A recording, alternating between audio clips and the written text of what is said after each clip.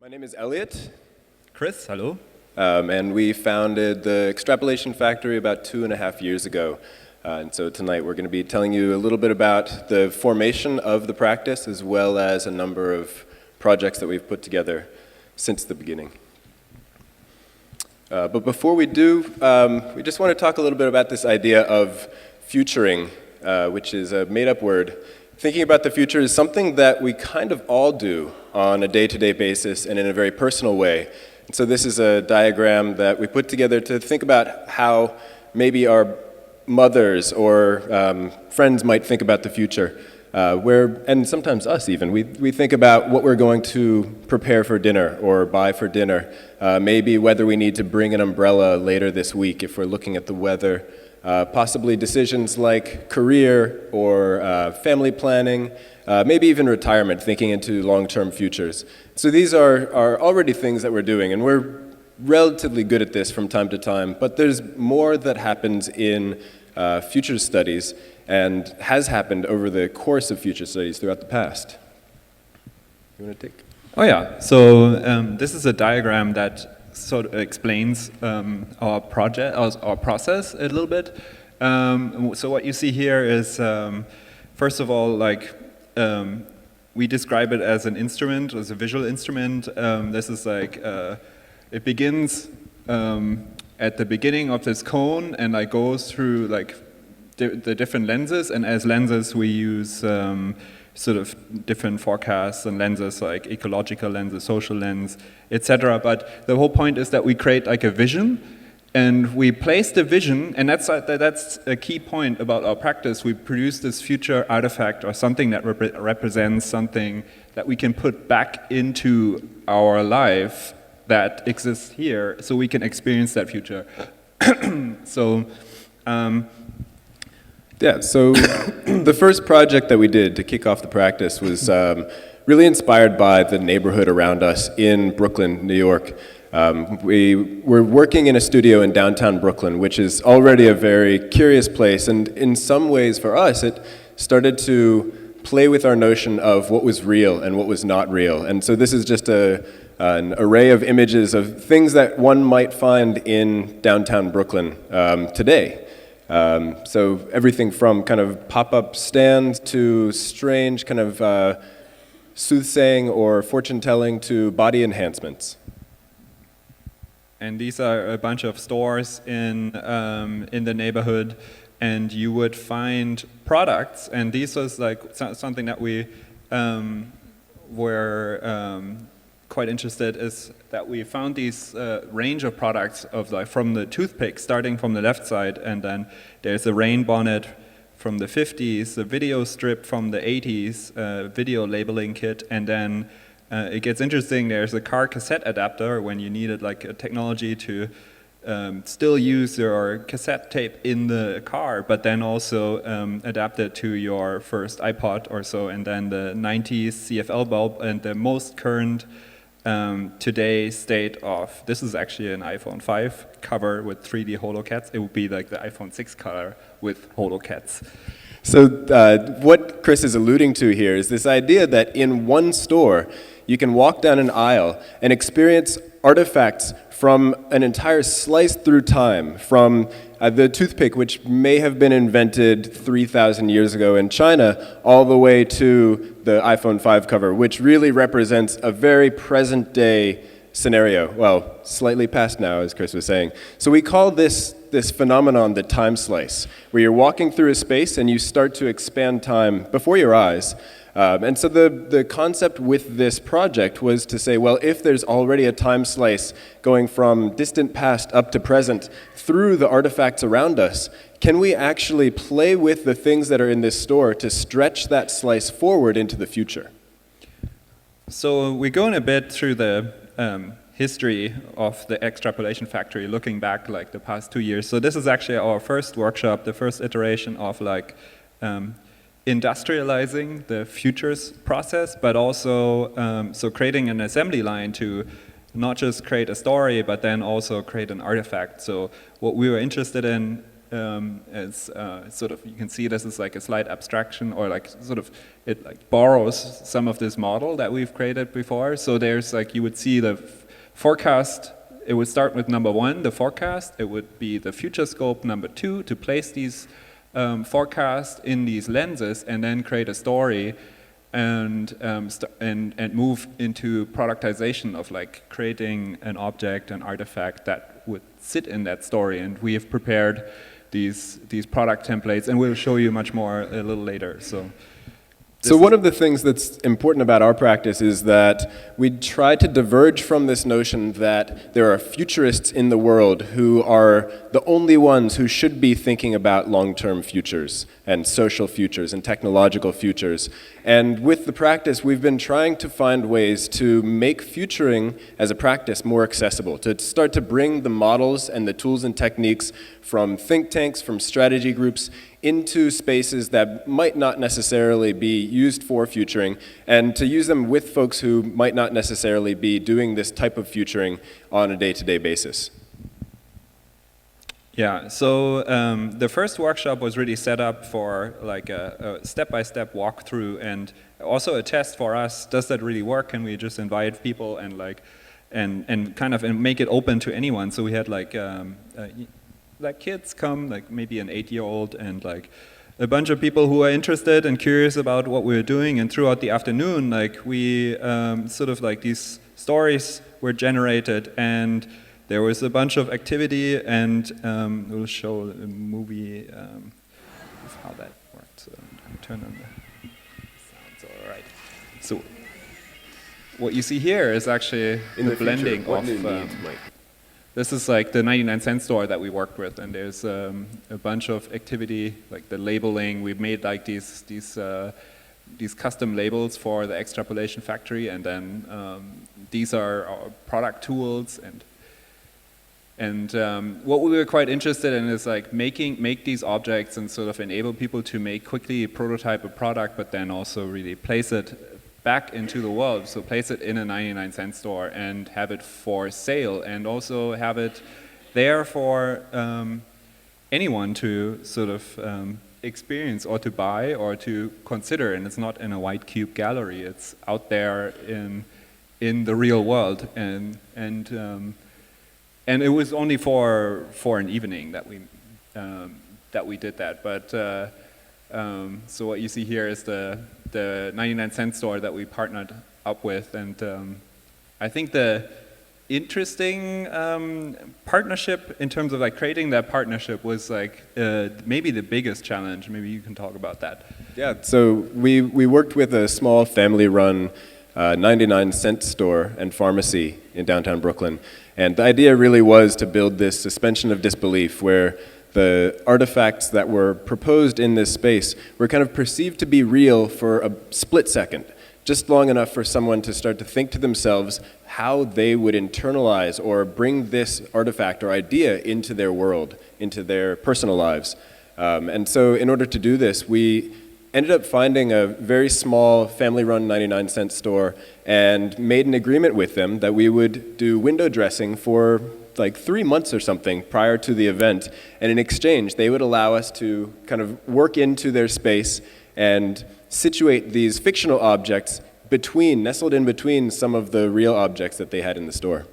So what you see here is Elliot in the storefront where we just cleaned it up, and like we made this 99-cent something for Christmas actually that we put in there basically to establish trust relationship, and also to see that we can come in and like work with them and like sort of help them, but also clean up afterwards. And because it's like that's their life, that's their business. So it's like, and we had approached them with this, what you see here, the letter, invitation for participation, and we've actually reached out to a bunch of 99-cent stores on like Fontaine Street, and like it was a whole afternoon where we biked around and like tried to talk to people about that idea. And it was actually really hard to, first of all, get like the person who owns the store and talk to them. And like the last store that we approached right before we came back to the studio was right next to the studio, and we talked to them. And the Pakistani like the men actually said like, yeah, I don't know, this is like, but then the woman actually took us aside and said, so what do you guys want? And then we explained the idea, and because we were buying super glue and like things here and there, like, you know, on a regular basis, they knew us and then said like, okay, that sounds interesting, let's talk a little more. Yeah. So, but back to the future. Wow. We just got a whirlwind of futures products. This is a quick snapshot of one of the templates that we use to start to actually fabricate products in the workshop itself. All of the workshops that we do try to take these ideas that can oftentimes be very abstract about the future and turn them into very physical things, or things that we might encounter on a day-to-day basis. So once you start to package an idea or put some kind of lettering or graphic design around it, give it a product sensibility, some physical, tangible qualities, it becomes believable, and we can start to say, wait a second, is this real or is this not real? It comes back to the suspension of disbelief. So yeah, so it was fairly easy for people to just pick one of these templates and like and work with them. And what we have here is, for example, a nice remix of objects where this person took a few forecasts relating to economics, and especially also one that's related to the economics of cacao and scarcity, and sort of came up with this currency measuring device, a currency converter that would allow you to basically like test the authenticity of cocoa in a world where cocoa would become a currency. And what was kind of beautiful to see is that at some point, like the LED flashlight and the dental like cleaning kit and the eyebrow like and sort of makeup kit, like they became something completely different and a very curious device. So there's a few more. So the next slides are kind of representative of the array of artifacts that were created over the course of the workshop. It was a one-day event.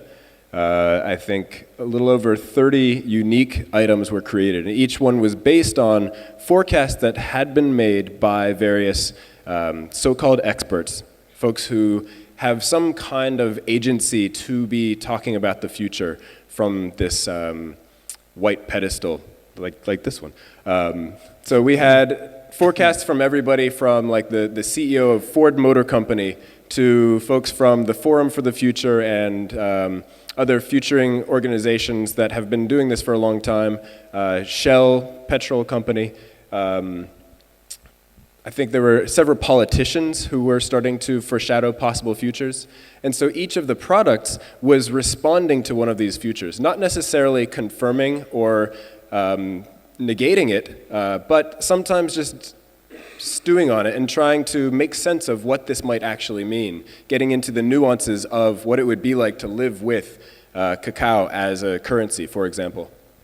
Yeah, so so we had the workshop on this one weekend where all these things were made, and then we spent the week actually making more of the objects and like making multiples, so we can actually fill the store. This is the 99-cent store with the transformed banners, and like we put like that was like a really quick like transformation that we did for that evening. So it was only open 2 hours. Yeah, and I mean, the really nice thing about this was that people walking in off the street would come in and not necessarily know what was happening. They knew something strange was a brew as they would walk in. They would see this window display that didn't look like the other windows displays they'd see in the neighborhood. And they'd come in, and Chris and I were dressed as employees in this space. We were sweeping, we were just kind of, dealing with the trash.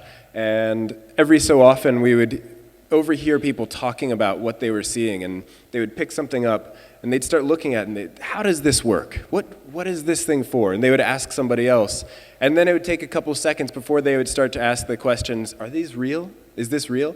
And that was the moment that we were really interested in, this moment where they kind of flipped over from judging as consumers or as purchasers of an object, which is something that we do almost in our sleep, to judging as more critical, thoughtful humans, which is something that takes more time and potentially has more agency to make internal behavioral change.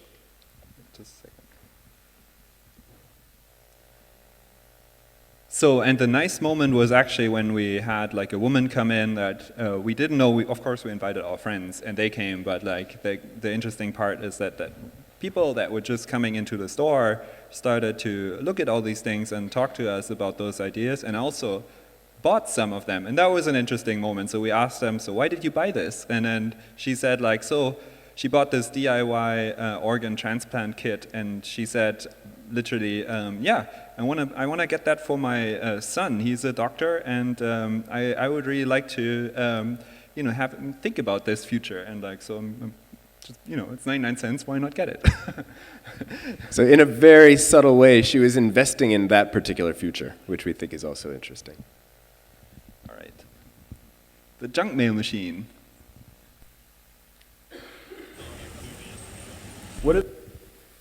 So again, we try to engage with doing like futures on the street, but this time actually do the workshop or the creation of the future or the story generation right on the street level. So we got this residency for a week at Storefront, which is on Broadway and Kenmare at an interesting corner. That's a really lively corner. And like the challenge that we set ourselves was like basically to engage with people on the sidewalk to do futures work and sort of set up a process where you can quickly create an idea and you would get something in return. Yeah, so when Chris was talking about this model that we've built for the factory, it's really hinged around this idea that we're contextualizing these abstract ideas with physical representations. And so in this case, it's the mailbox that's the contextualization. And so when you receive mail in your mailbox on any given day, especially if it's junk mail, you kind of pick this thing up and you look at it for a split second and you consider, do I want this? Is it worth anything to me? And you probably chuck it. But this is a moment where you perceive this thing to be authentic to some degree. And as you're doing that, you're kind of thinking about the proposition that's made. When we think about the advertisements that many large companies make for us, Apple, for example, you get these advertisements that really talk about the most ideal sense of the human experience.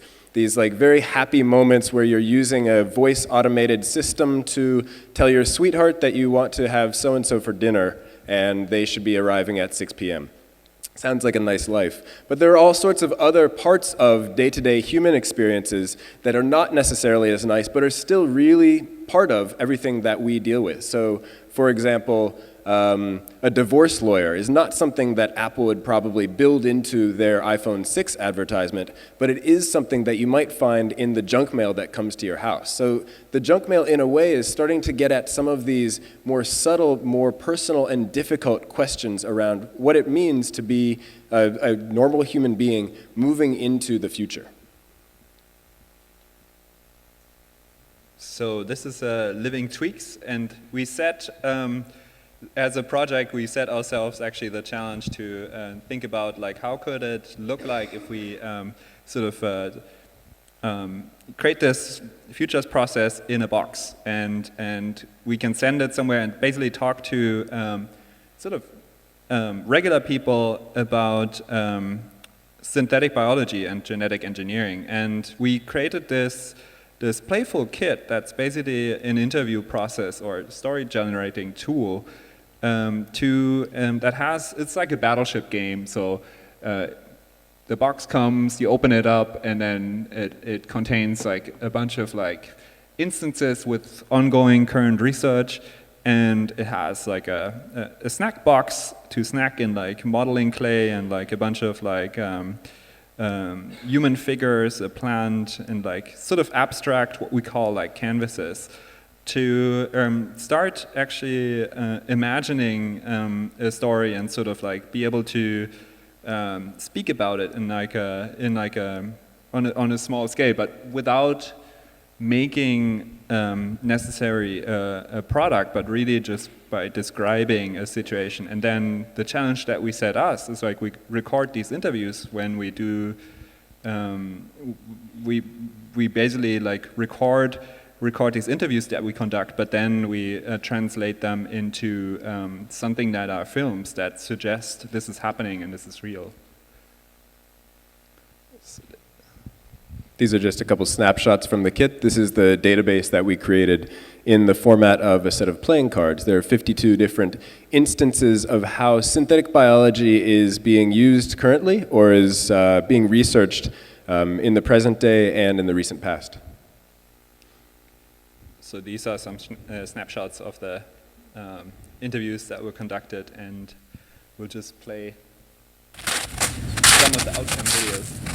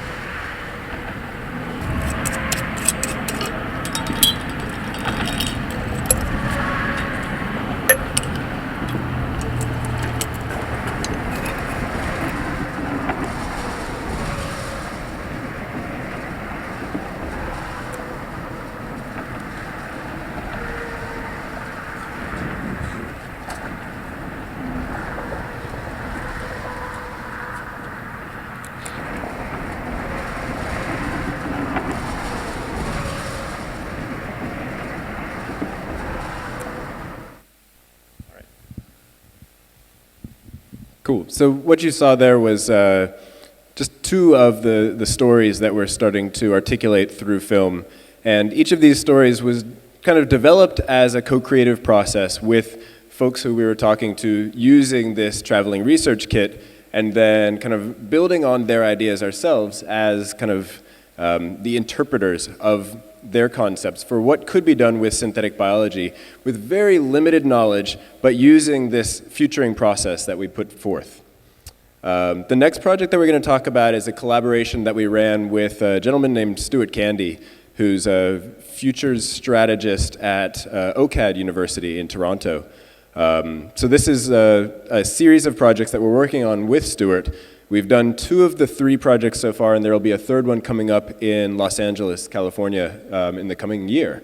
The first one took place in Toronto, and so this is just a short film of kind of the rundown of this day. We met together with a group of students at the university and started to work through these ideas of possible futures, but with the starting point of a deck of cards that gives us just a number of layperson's articles from the present day. So a t-shirt, a card, a bottle, and then asks us to think about what these things might be as we lens them with various distances of time. So 5 years, 10 years, 20 years, 100 years, and then also various moods. So if you integrate an emotion into something like a t-shirt in 20 years' time, that might feel very different than something that you'd see in the present day. And all the ideas that were generated that day, like we actually put into a vending machine.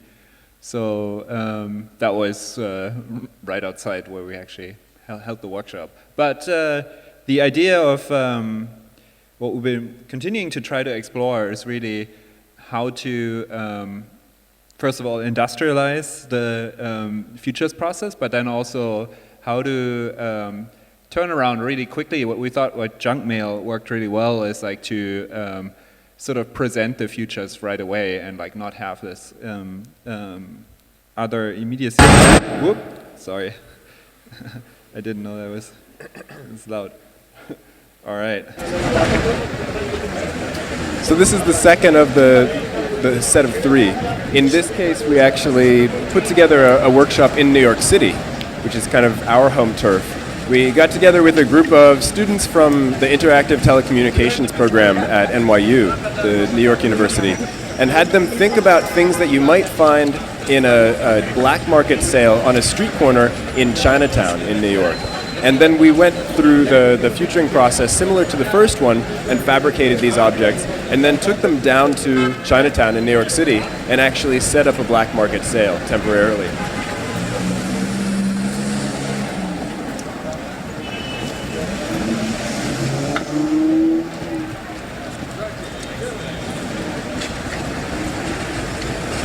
Yeah, that happened the same day, and like we deployed and sold the futures, or we made them and sold them the same day, which was quite nice as a sort of roundabout like day. And this is a project that we've just finished at the Museum for Art and Design. So we've been taking that idea of like running, sort of deploying these objects and showing them in a shop, but this time we actually showed it at the museum, in the Museum for Arts and Design. And so we ran a series of workshops around the idea of creating artifacts that could be in a pawn shop in the future. So that's where the name is from, Pawn Tomorrow. And so it would be these objects that already would have maybe a second life, or like would have a second life in the future. So that was kind of the nice play with it. And what we continue to try to explore is like, how do we do something that would be a fun experience for visitors to come on a Sunday and like basically engage with what we do and just encounter this and maybe join in and like make an object. Yeah. So one of the other things that we were really interested in playing with in this case was starting to push into a specific space for questioning, and that was the notion of value. And so we wanted to start to talk about value using this particular futuring exercise. And we thought the pawn shop was an interesting way to do that because in the pawn shop, things that once might have held a certain value are then revalued, and they're given a new value, and that value is oftentimes bartered for, or there's a bit of debate around what the value actually is. It also signals some types of change around the technological and societal shifts that we see. And so you might find that when a Nokia handset phone, cellular telephone comes out in 1995 or the year 2000, it's worth a lot of money and it's very highly coveted. And then 10, 15 years later, that thing is almost worth nothing, maybe a couple euro. So when we think about this idea in relation to the technologies that are currently coming out, what happens when a set of Google Glass is worth maybe €5 and it's kind of dirty, and maybe you buy this thing for sentimental reasons. It might not even have software that works anymore. This is a way to start to rethink the perception we have of these technologies that are just emerging into the world that we're familiar with. So yeah, this is the workshop area that was next to our space. What was it called? The nightclub. The nightclub. A strange working space, but yeah. So this is, for example, like a sample outcome product that we liked. This is a Mosquito bootlegger, but then actually during the workshop, this is not even all of them. This is like I think 51 got made. That's just a representation. But yeah, the fun part is you could come to the museum and like participate and put an object that you made that day into the museum, into these glass vitrines, and you could have something in the museum.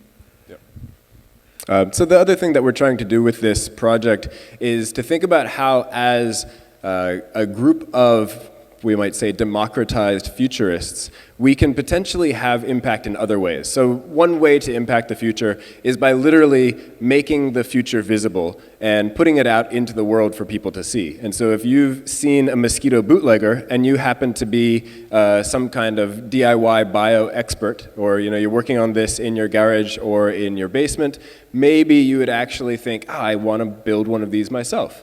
The other way that we've been thinking we might be able to start to infiltrate the evolution of technologies and sciences is to start to push small trickles of money toward the research that's actually happening as a way partly to fund it, but really more to draw attention to it through the support. So what we're going to be doing with the work that was created in the Museum of Art and Design project is putting up an online store where you can buy these fictional objects that tell a story about a possible future through technology or social change.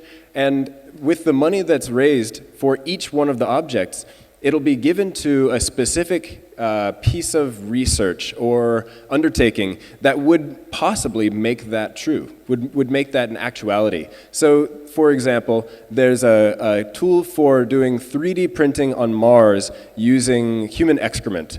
So we're looking for right now a research program that's actually looking at ways we can 3D print on Mars. And so we'll sell this object. I'm sure it'll make, I don't know, maybe 15, 20 euro, something relatively minimal, but then we'll take that money and give it to this research project, and we'll make that a public gift. So people will see that there's actually money going to this idea, and it was supported by someone just like you or I, who's not necessarily in a postdoctoral position of pursuit of 3D printing on Mars. So yeah, again, we like the idea, or what we actually realized with 99 Cent Futures, that when we sold these things in the shop, these ideas and artifacts, actually selling them in the shop, that people start investing in these ideas, and that was another way to like really do that in a new way. And we actually, like, this is like the maybe on the last day, the store set up, but we're trying also to get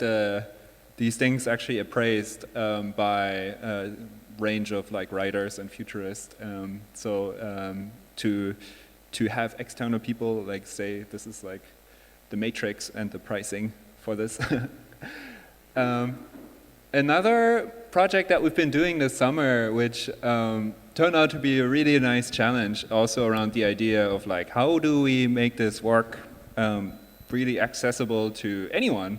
And we've been, I got approached by a gallery in Bushwick called Nurture Art, and they said like, so we have this outreach program with this school, PS 147 in Bushwick, and like you guys, like your stuff that you do, you should bring that to the school. And we're like, okay, we should bring that to the school. And then it was actually doing like futures work with 10-year-olds was sort of like the challenge, and we thought that's actually, it's not that easy. So we were kind of inspired by this design theorist named Victor Papanak. He was around and very predominant in the discussions around the role of design in the 1970s. And he was actually hated because he really made this argument that industrial design was the devil's work and that it was creating more stuff, putting stuff into the world, but not necessarily quality stuff. It was pushing needs that we might not necessarily have, kind of the rhetoric around industrial design and a lot of design that now we almost take for granted. But at that point, he was in some ways revolutionary. One of the things that he suggested, and he was a big proponent of, was a method for starting to think about new possible scenarios for design, where you would take two completely dissociated things, unrelated ideas or concepts, and try to mash them together. And we took this as the starting point for the work that we did with these 10-year-olds. We said, all right, well, what happens if we take some concept that you think is really exciting or interesting or in some way socially valuable and mash that up with things that futurists are already talking about as critical to the next 10 to 20, maybe 30 years, something like that. So the next slide is actually a list that these kids generated of ideas that they thought were in some way valuable. And so up here you see everything from social networks to technologies to stores that are in their neighborhood to slang terms that come up in their day-to-day life. What else? There's kind of food items that are very cultural, referencing their personal backgrounds. So there were all sorts of things. There were also a lot of inside jokes or inside information that we didn't really know until the teacher said, hey, like, you know, these things mean more than you just think they mean. So we were really kind of getting the students to help us build their own brief, which is a fantastic challenge. So, but we asked people, the students, to basically draw their ideas, but also remix them and like remix them with these words. So basically, do a sketch, look at this again, combine it, do a new one, look at this again, do a new one. So basically, work in multiples and also take an idea and iterate on it, because like when we started talking to them, like some of the kids said, yeah, so. The premise was basically, like we didn't say that yet, but the premise was like to do a mobile service that could be beneficial in the neighborhood. And what you see here is like one that's a cart. They know, of course, the ice cream cart. They know like certain like mobile service station, but we try to challenge them to think about like what kind of stores or like what kind of carts, mobile services could be around in their neighborhood and just roll into their street. So this kid came up with a climate sort of geoengineering sort of service that would allow you to change the weather. And like we basically challenged them to take this idea and like remix it with another aspect from like the word list that they chose, and then create a new one. So from like doing this as a process actually helped to like layer their ideas and sort of like shape them in new ways that they hadn't anticipated they would like think about these aspects. And then of course, since there was like a lot of ideas generated, like we asked them to step back and say like, hey, look at your ideas and basically pick one that you actually really like and like you think like might be valuable. So. So yeah, as Chris said, the brief for the project was to imagine a mobile service that might roll through your neighborhood in 20 years. So if you're 10 years old and someone says, think about 20 years into the future, that's double the number of years you've actually been alive, which is kind of, it plays with your mind when you're 10 years old. So these kids had a lot of fun, but they were also really challenged to kind of figure out what was possible in double the amount of time they had been alive. That's a big ask for kids. So they did, like Chris said, they started with things like the ice cream truck. Okay, we get it. It comes by, it serves ice cream, you eat the ice cream, it's cool. Then they started to play into some of these word combination strategies that we were giving them and came up with some really interesting ideas. So here you can see them building these scale models of the service carts. The next few pictures are the final service carts that ended up going on into an exhibition. So this is probably the first time in their lives they had an exhibition in Lower Manhattan.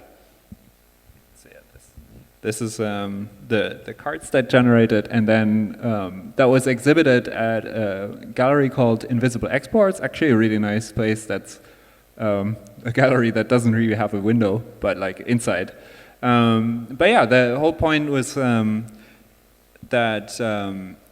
the kids could like make objects, and they would be, at some point there would be a celebration at the end where we could really like look at these ideas, and they would be out there for others to consider, and that as a process for these kids to basically make objects that represent part of like their dreams and like put them out in the world, and like sort of like that's something that was a nice experience for us to see how we can give them the tools to make that happen, and so.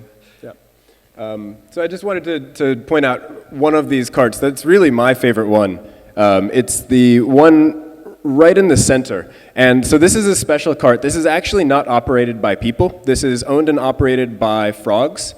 So take yourself back to when you were 10 years old. This totally makes sense. So you've got this cart that's owned and operated by frogs, and the service it provides is to launch insects out and around you as you go about your daily activities. And these are special genetically modified insects that are able to take pictures with their bodies, and then their bodies are wirelessly enabled, and they can upload to your social media stream. So you no longer have to carry a phone, take pictures of your friends. These frogs will do this for you for a fee. And so this cart would drive around the neighborhood, and I'm sure the insects would fly out of the cart if you paid the right price to the frogs. But this is the kind of future that these kids were thinking about. And albeit these are a little bit more wild than some of the things that adults would come up with, but I think there's actually something really lovely about this type of futuring, where there's something connected to the world today, but it's really stretched away from any normal version of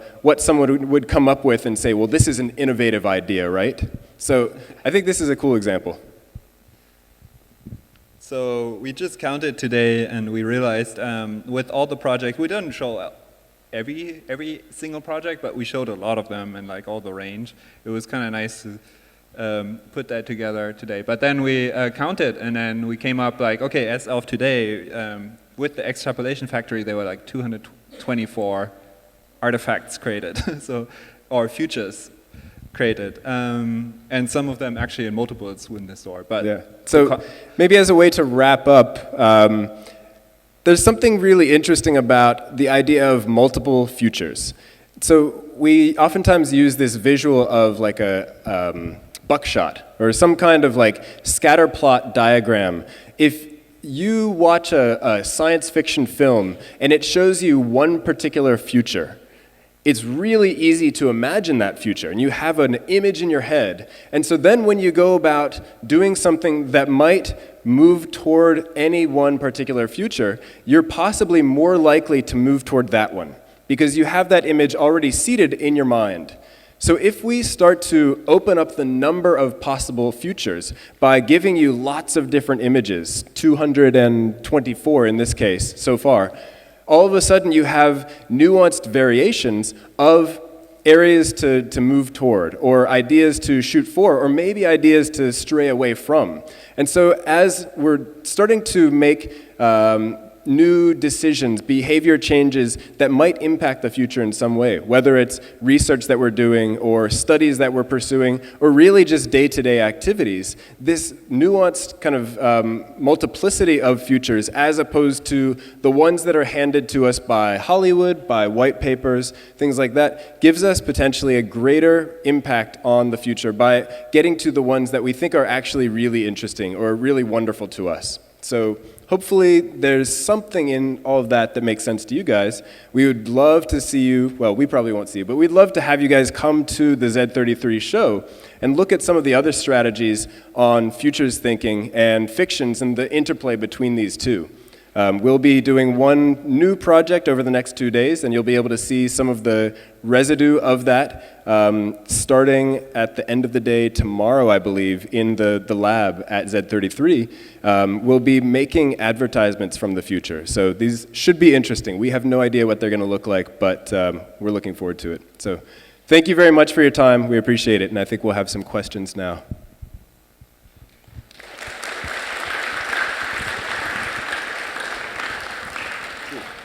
So if you take that mic over there.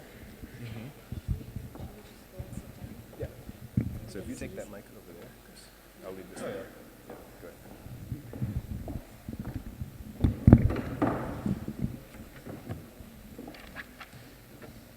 Hi everyone. All right, this is on. Maybe to start this discussion a bit, I wanted to give a bit more information about the context in which I invited both of them to participate. Very briefly, the exhibition, Future Fictions, Perspectives on World Building, it compiles work of artists, architects, and designers that operate within the field of future thinking. But all of the visions and fictions included in the exhibition, you could categorize them in two ways. On the one hand, you've got the people that document, criticize, question existing visions, and on the other hand, you've got the group of people that create their own future fictions. But the compilation of projects that are in the show are fictions, they're visions that don't attempt to solve any problems, so they're not problem-oriented. There's no solution for solving food problem or energy problem, but they're fictions that kind of ask us what we want in the future, what our desires are. And in that sense, I tend to say that Future Fictions is an exhibition about ideas and ideals, about desires and wishes that go beyond hope and dreams. So in presenting these non-problem solving oriented fictions, a big part of that is this quest for literacy, and because of this quest for literacy, which resonates with their practice, the exhibition also has a large futures lab linked to it, where you can find quite a lot of research materials, both linked to the artists, designers, and architects involved in the show, but also to this larger field of future studies. And I think it's definitely in this quest for future literacy that I find the goals of future fiction resonating with the practice of the Extrapolation Factory. So that's a bit of that context. Just to sum up the talk, I heard the goal of creating a larger pool of democratized futurists and making tools and techniques of long-term future thinking more accessible. And in terms of methods, tools used to do that is the focus on creating objects, the suspension of disbelief in communicating with these objects, and the essence of collaboration in the different workshop forms. So maybe I'll start with that question, with the point of collaboration as the core of your practice, because I wonder how you tend to balance that, the process of the workshop and the end goal of the product that needs to be convincing enough to function as an object to suspend disbelief in the setting that you're creating for it. We, with the Pawn Tomorrow example, for example, we have this discussion about like what's the ownership, for example. We create like the platform for these things to happen, and like we enable like the discussion, and that's really also our goal. But then we were not clear like who owns the actual artifact that was made, who owns the future, and like that's why we like the idea of having the future really sit there as an idea object that when it gets sold, because we like the idea of selling something and people investing in it, so then it actually fuels that development. So someone that thought this is like something I want people to think about, or like, you know, I'm gonna engage with this certain research and like see how that will fit in our life, and like create like a world and like an object that sits in this. And if this is going forward, then yeah, I think that's fascinating to facilitate and to see happening. And then I feel like, yeah, the collaboration and the ownership, it really happens on so many levels, and like and then we like the fact that it's unclear at the end who owns the future. Yeah, I think one thing that's really interesting about this practice is that it really does challenge the people who participate in the workshops. And I think Chris was starting to allude to it earlier in his mention of the project with the students at PS 147. One of the students, at the very beginning, we asked this question: what do you guys think the future will be like? And this little boy who's, you know, probably 10, 11 years old, something like that, said, well, there are gonna be these flying Bugattis. And he was thrilled with this idea of flying luxury cars, which to me just like smacks of like some kind of bad science fiction film. And so over the course of the next 5 weeks, we worked with all of these kids. There were 30 of them. And we were pushing back on some of their ideas and saying, all right, step back from these visions that we've been fed through these media channels, and let's think about what we actually want. Do you really want the flying Bugatti, or is there something that's maybe more interesting to you? And so his group created this really fantastic service which would take scrap metal from, you know, local use, and you would put it inside this service cart. It would digest the scrap metal, and it would excrete spare change. And that spare change would then be given to homeless people. And so all of a sudden, this kid went from thinking about a flying luxury car as the future to thinking about this really interesting, nuanced, and altruistic scenario, which was far more complex than anything we thought he would come up with. We were really excited about this, and at the end, he still returned to the flying Bugatti. He was like, oh yeah, that would be cool too. But he went through this 5-week process that I think of as a collaboration in a way. I mean, he came up with the idea, but we definitely pushed him farther than he would have gone on his own. So there was, you know, a mix of concept. Yeah, and the motor part, well, the digester, the stomach of the, like, was made of like coin rolls and all these. Like, we like the way of prototyping that he was doing. So in the workshops that you do, because I understand the conceptual process that goes on, and it's probably the richness exists in the conversation that you have with the participants and in the time that you have to spend with them. But then at the end, because of the way it's presented, like the objects in itself, like the quality of the prototyping needs to be good enough to allow you to communicate the project to a larger audience. So how far do you go in taking on the prototyping of the objects yourself, or in involving the participants in doing that? One of the pieces that we didn't show here was a project that we did at the most recent TED conference in Whistler. And we took on a slightly different approach than we do in some of the workshops that we've shown here. We actually worked as a team of industrial designers to interpret the ideas of the respondents and participants that came to the workshop. And so we brought with us a 3D printer and a vinyl cutter and some slightly more advanced prototyping tools. And that was an experiment in making more polished objects. And in the end, the objects actually probably are a bit more photogenic, but there's something really lovely about the rawness of an artifact that was made by someone who doesn't necessarily come from an industrial design background. So I think the tools that we bring into the workshops, the templates that you saw in the first one, the very selective curation of the materials that are provided in the workshops. We actually spend a lot of time and mental energy trying to figure out what will make good prototypes and props. And so all of these different parts of the process actually yield nice prototypes, I think, generally. Okay, great. If there are any questions in the audience, yeah, do not wait until I'm done asking all of the questions. But until I see hands going up, I'll just continue for a bit longer asking questions. All right. A second question that deals with the method and a core element in the practice is this focus on objects. And then my question is, why the objects?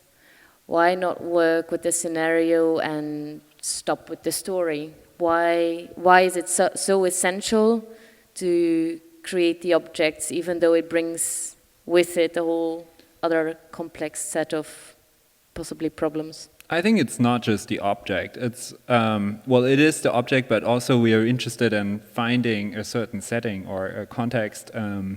If it's the 99-cent store in downtown Brooklyn, or Canal Street, or the pawn shop, but we are interested in these places that are familiar to us, that we know of, and we can start to actually sort of play with what's there and play with the aesthetic and like play with how people do things in these places and like twist them slightly so, you know, we can, for example, with the Canal Street one, like we made like a sign that looked like all the other signs from the street vendors, and we actually tried to reach out to get the person who's drawing like the signs for the informal street vendors on like this vinyl board with like Sharpie marker, but we couldn't like track him down completely. But you can do all this type of stuff. So you actually borrow the aesthetic to an extent as much as possible, actually, and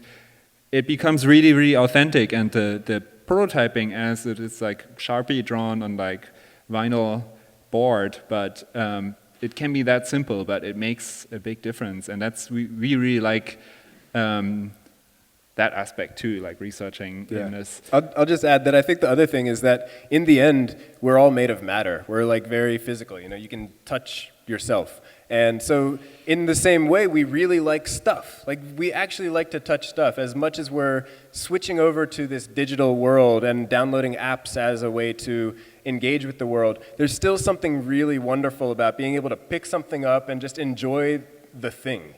The materiality. You know, you walk by a toy store as a full-grown adult and you're still like, wow, it looks fun in there. That looks super fun. And so I think something about this, like the physicality of the object still calls to us because we're physical. And I think like the idea of making a product, it's not all products that we've been doing. We've been also trying to diverge a bit into making other models, for example, the cards that the kids were doing. But products still, like if it's like is a language that everyone understands and really relates to and like likes to engage with, and so it makes it easy to talk about these things and fun to especially when you can also buy them. Okay. A question right here.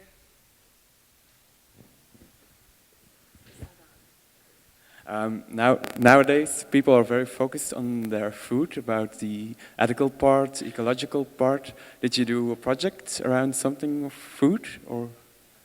That was my question. We did actually an experiment where we invited people to talk about, we invited a bunch of people who work in futures, and we prepared this, how do you call it? It's the Flatbread. well, the flatbread futures, but like the one that's like you put down Rectangular. I don't know, but you know, like we made like a certain like fun food that we cut up that you can use and play with, like making a flatbread that explains your futures process or the way you currently work in futures. So we basically created like challenges for people to play with food and sort of explain like their thought processes with on a flatbread, roll it up and eat it, and then make a new one. Yeah. And so, yeah, we've used food kind of as a medium to express ideas.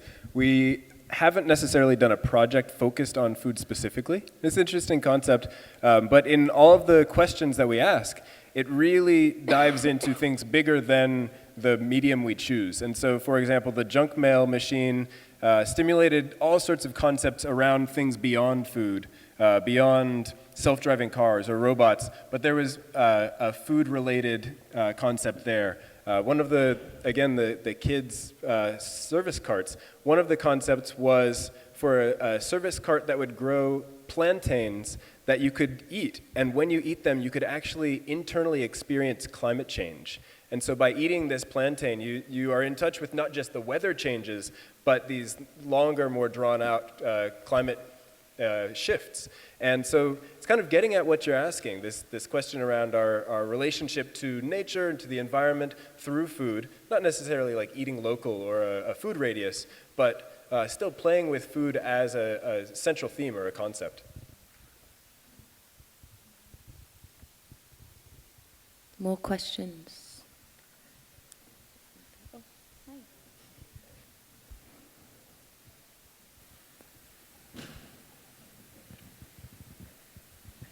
Hi, thanks for the talk. It was really interesting.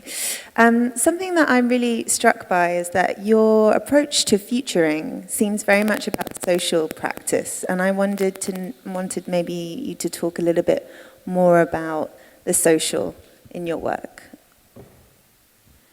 Yeah, we like actually that challenge to how do you engage bringing this futures thinking to, well, not just with kids, but like we liked what happened in the first project that we suddenly talked to someone in downtown Brooklyn and they engaged with the ideas that this is a future object and they started to think about like what that actually means and like what the implications are. So we like that aspect because like often that work happens in spaces where people are really informed and already like kind of tuned in and like know what they think about. So and I feel like that's the challenge that we like, that we go into spaces where we try to find fun ways to engage with that type of thinking, and also for people to make things where they can also basically bring their. I feel like that's like a goal that we would like to do more. Is like where. Unexpected things can happen where they bring in their experience. It's not just our research and our database and so on, but like these like personal experiences come in there as well. And like if we are able to tap into really interesting stories that people tell us and they become objects, I mean that's fantastic.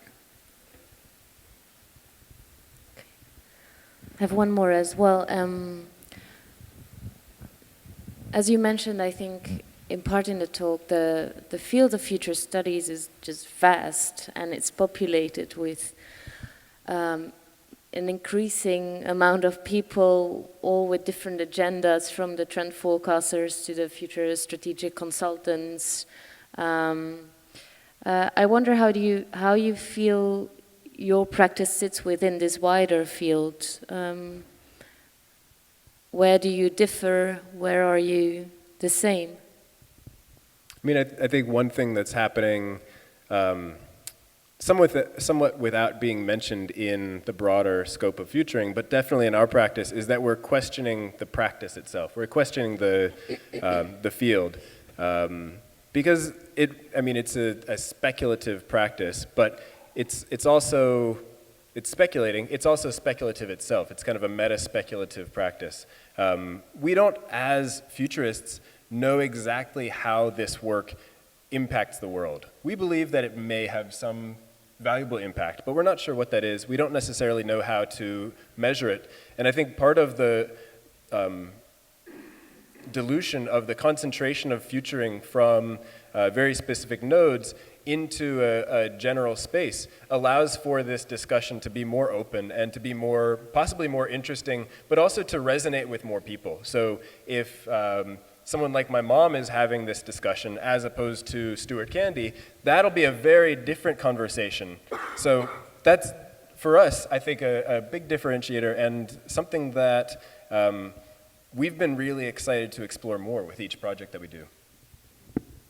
How would you then define your role and your responsibility in it?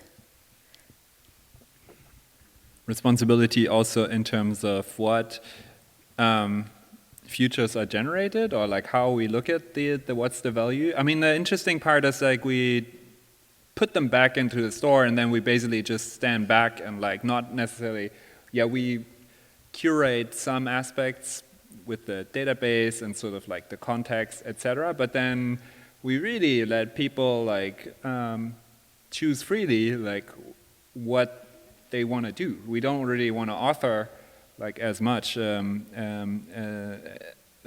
terms of the concepts that are generated. That's really like something that should be owned by people that come and like and join the workshops. And then I think that the interesting question is like, okay, when all these things are made, like at the moment where you can celebrate and sort of there's something like the recontextualization, so to say, if it's the store or on the street or wherever it's, you know, the advertising that we're going to do, like what's going to happen then, like when we broadcast that, and like who's going to, you know, what are the responses? And that's not necessarily something that we want to author, that's really like something that we want to facilitate in some extent, that we like to see what happens and how people think about this. Yeah, I think the other thing that is maybe just useful to note is when you look at, in large, the landscape of futuring that's being done, very often it's being done by a group of people who one might say are privileged, who are oftentimes coming from Western nations and are coming through academic strands. So it's not necessarily a type of work that is coming from all around the world, from all different backgrounds of life. And I think as we think about that, one of the things that we try to continue to do, and I think every practice that I'm aware of could probably do this better, but is to try to connect to issues that we think we can all stand to benefit from.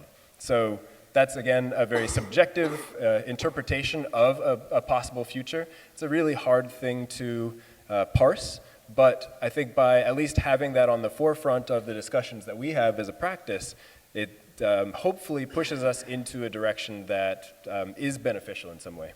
Yeah, I mean, there's like, you know, a movement where it's like, okay, information should be open and accessible. We're basically saying like future practice should be open and accessible and sort of available to anyone. So in general, when you open that landscape and when you like sort of give these tools to for people to express their dreams and their ideas about what might be, it even might be something that we don't want. We really want to see that too, because then we can stand back and like when we look at this stuff, when we have the moment of like actually experiencing something that hasn't happened yet, but we can see it right now. And then if we can decide, yeah, this is something that we like, this is like the part that we want to move towards, and this is the part that maybe we, you know, like that's a future that we don't want to necessarily like take on. And like, and that's a great moment where we feel like, okay, that's really the value of what we do. When that happens outside of the think tank, but, you know, with kids.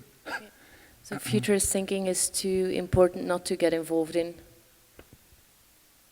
Oh yeah. Oh, yeah, well. I think that's one way to put it, yeah. And it should be fun. And it should be fun.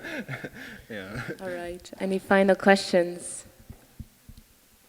then I think. Oh, One more? yes. Can I summarize that your practice is actually a participative, artistic way of scenario thinking? Or is that too... A participatory, artistic way of scenario thinking. scenario thinking. Yeah, that's a great summarization. I like it. Thank you. That's one for the students, because they have to summarize in 200 words. Those are 5 or something. Your homework is done. Two titles. You can go to sleep Two now. titles. So I want to thank you very much, the three of you. We have definitely enjoyed. I hope for you the same, and good luck tomorrow. So if anyone feels like joining the workshop tomorrow, please let us know immediately, because they are leaving. Thank you. Thank you, guys. Have a good night. Thanks for coming.